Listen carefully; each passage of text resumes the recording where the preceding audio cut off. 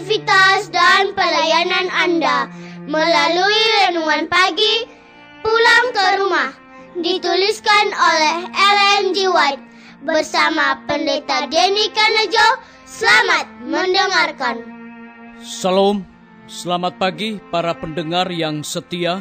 Selamat menikmati hari yang baru. Selamat menerima berkat Tuhan melalui audio Renungan Pagi. Renungan Pagi saat ini tanggal 9 April 2020 berjudul Melangkah Garis Batas. Ayat inti kita terdapat di dalam 1 Yohanes 2 ayat 15. Demikian firman Tuhan.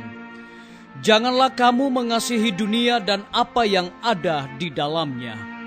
Mari kita ikuti penjelasannya. Kristus tidak mengatakan bahwa manusia tidak akan melayani dua tuan, tetapi dia tidak bisa. Perhatian untuk Allah dan perhatian untuk Mammon tidak mempunyai persesuaian, di mana kata hati orang Kristen mengamarkannya untuk menahan diri, menyangkal dirinya, berhenti. Disitulah langkah-langkah dunia melewati garis untuk memanjakan kecenderungan-kecenderungannya. Di satu pihak terdapatlah para pengikut Kristus yang menyangkal diri. Di pihak lain adalah pencinta dunia yang memanjakan diri, menjadi kaki tangan kepada kebiasaan, ikut serta dengan tingkah laku yang tidak karuan, dan memanjakan dirinya dalam kesenangan yang terlarang. Ke pihak pencinta dunia itu, orang Kristen tidak boleh pergi. Tidak seorang pun dapat menempati posisi yang netral. Tidak ada kelas menengah yang tidak mengasihi Allah atau tidak melayani musuh kebenaran. Kristus harus tinggal di dalam diri para wakilnya dan bekerja melalui kemampuan-kemampuan mereka dan berperan melalui kecekapan-kecekapan mereka. Kehendak mereka harus diserahkan kepada kehendaknya. Mereka harus berperan dengan rohnya. Kemudian bukan mereka lagi yang hidup, tetapi Kristuslah yang hidup di dalam diri mereka. Orang yang tidak menyerahkan dirinya sepenuhnya kepada Allah berada dalam pengendalian kuasa lain, mendengar suara lain yang usulnya sama sekali berbeda sifatnya. Pelayanan campuran menempatkan perantaraan manusia di pihak musuh sebagai seorang sekutu dari malaikat-malaikat kegelapan. Apabila manusia yang mengaku tentara Kristus ikut dengan persekutuan iblis dan selalu berada di pihaknya, mereka membuktikan diri menjadi musuh-musuh Kristus. Mereka mengkhianati kepercayaan-kepercayaan yang suci.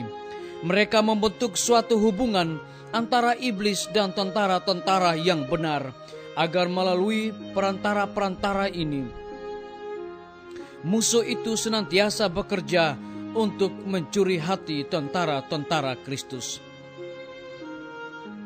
Kubu perbuatan buruk yang paling kuat di dunia kita ini bukanlah kehidupan yang lalim dari orang berdosa yang ditinggalkan atau orang buangan yang diremehkan, melainkan kehidupan yang sebaliknya, kelihatan berbudi luhur, terhormat, dan mulia. Tetapi di mana satu dosa dipelihara, satu sifat buruk dimanjakan. Kepada jiwa yang bergumul secara diam-diam, melawan pencobaan yang sangat besar, bagaikan seorang yang gemetar di pinggir tebing. Curam adalah salah satu dari umpan yang paling berkuasa untuk berdosa. Orang yang diberkati dengan konsepsi kehidupan, kebenaran dan kehormatan yang tinggi, namun dengan sengaja melanggar satu peraturan dari hukum Allah yang suci, telah merusak karunia-Nya yang suci menjadi suatu pikatan kepada dosa. Kecerdasan pikiran, simpati, bahkan perbuatan kemurahan hati dan kebaikan bisa menjadi umpan iblis untuk memikat jiwa-jiwa lain ke tebing curam kehancuran hidup ini dan hidup yang akan datang.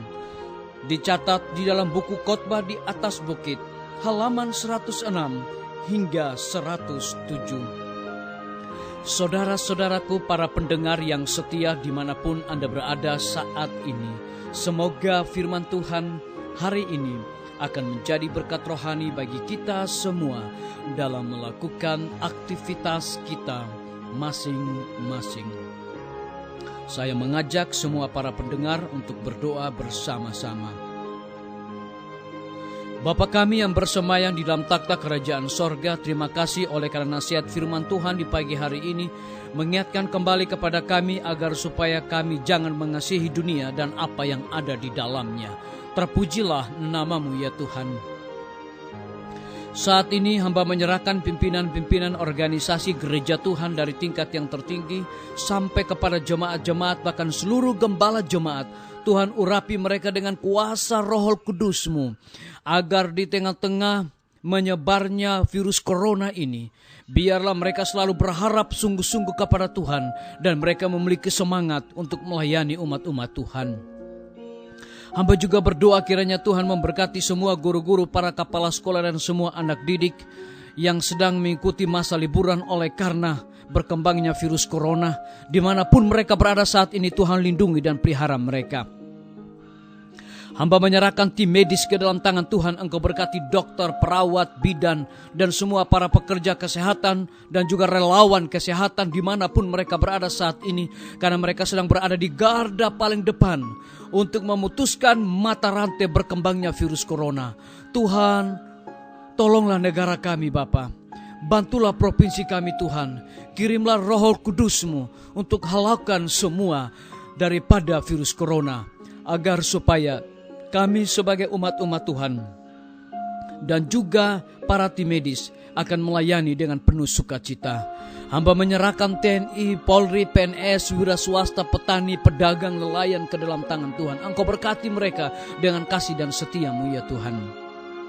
Hamba menyerahkan para pendengar yang setia yang berulang tahun di hari ini. Dengan bertambahnya usia yang Tuhan berikan bagi hidup mereka, mereka selalu bersyukur untuk melayani Tuhan. Hamba berdoa bagi pemerintah kami dari tingkat yang tertinggi sampai kepada pemerintahan yang paling terendah, yang ada di desa-desa bahkan RT-RT. Tuhan urapi mereka dengan kuasa Roh Kudus-Mu, hikmat sorga. Tuhan berikan kepada Bapak Presiden, wakil seluruh menteri, gubernur, bupati-bupati, wali kota, camat, lurah, RT, RW dengan hikmat sorga, agar mereka dapat bekerja dengan penuh sukacita, terlebih dalam mengatasi berkembangnya virus corona di negara kami, bangsa kami, terlebih di provinsi yang kami cintai ini Tuhan. Terima kasih Bapa yang baik. Dengarlah doa dan permohonan kami Tuhan, dan mau mengampuni segala dosa kami, karena kami sudah berdoa hanya di dalam nama Tuhan Yesus dan Juru Selamat kami. Amin. Sampai jumpa. Tuhan Yesus memberkati kita semua. Betapa ku rindu negeri yang indah yang disediakan Bapa. Sana orang saleh memuji Tuhan, di surga senang kekal. Ku rindu ke surga, sana rumahku, rindu masuki gerbang mutiara, tak pernah bersusah atau gentar, di surga ku hidup.